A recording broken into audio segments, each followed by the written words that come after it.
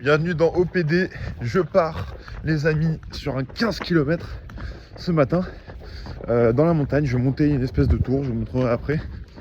Et j'ai fait du fractionné il y a 2 jours et j'ai une douleur au mollet qui n'est pas normale. Je m'arrête 2 secondes, en fait elle est là, sur le côté. Et je sais pas pourquoi ça me fait ça. En tout cas on va voir comment ça se profile. Je vais pas aller super vite. Peut-être je vais faire 1h20 les 15 km. Je vais faire une petite accélération pendant 15 minutes à vitesse seuil, donc dans les 12 km/h. Et puis voilà. Aujourd'hui je voulais vous parler de comment la course à pied est en train de changer ma vie. Et oui, j'ai eu pas mal de périodes de bas. Et c'est vrai que depuis que je suis à fond dedans et que je suis obsédé par ça, et ben je me sens beaucoup mieux. Pourquoi ? Parce que j'ai un objectif concret de progresser dans quelque chose. Alors qu'avant, je m'éparpillais un peu partout à vouloir apprendre plein de choses et je savais pas trop où j'allais et j'étais déçu parce que je voyais pas d'avancée.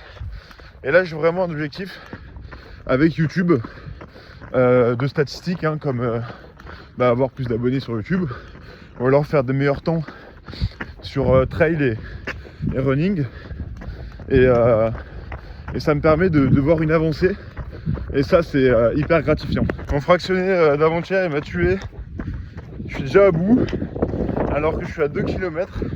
Je pense que ça va aller mieux parce que là c'est que de la montée depuis tout à l'heure. Le problème c'est que j'ai pris la boucle dans le mauvais sens. J'ai commencé par le faux plat ascendant, donc là j'ai 3 km de faux plat qui monte et après c'est une grosse descente d'un coup. J'aurais préféré faire l'inverse, mais du coup bon, ça m'entraîne sur de la montée, donc c'est pas mal. Ce que j'aime dans la course, c'est qu'on n'a pas besoin de quelqu'un pour courir et on peut courir avec quelqu'un. C'est ça la nuance, c'est que là je suis confronté à moi-même, j'ai mal, je pourrais m'arrêter, mais je me suis fixé un objectif et je dois le réaliser. Et c'est ce que je vais faire. Et je suis assez raisonnable aussi. Quand il faut que je m'arrête parce que je suis blessé, et ben je m'arrête. En fait, on apprend vraiment à être autonome. C'est vraiment un sport autonome dans lequel on peut s'améliorer tout seul, comme accompagné.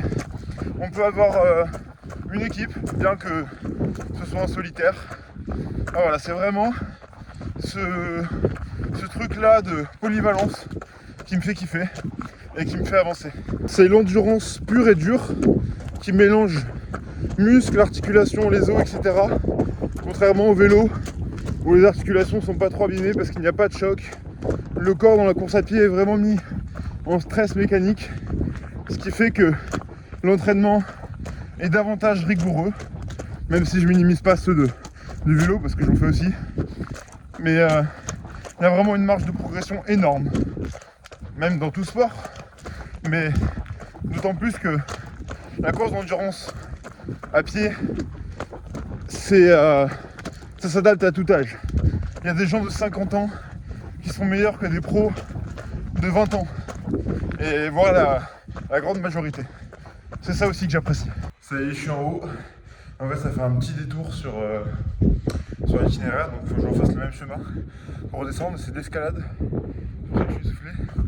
Et en tout cas, on a une magnifique vue sur tout le panorama.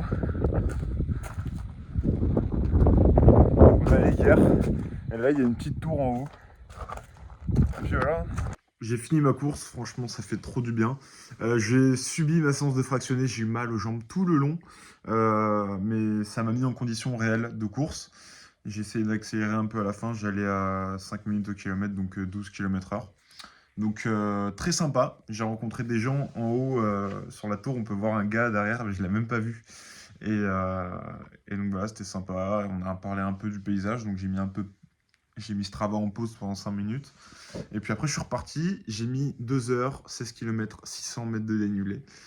Et puis voilà, moi je vous dis à demain pour un nouvel EPD et ciao.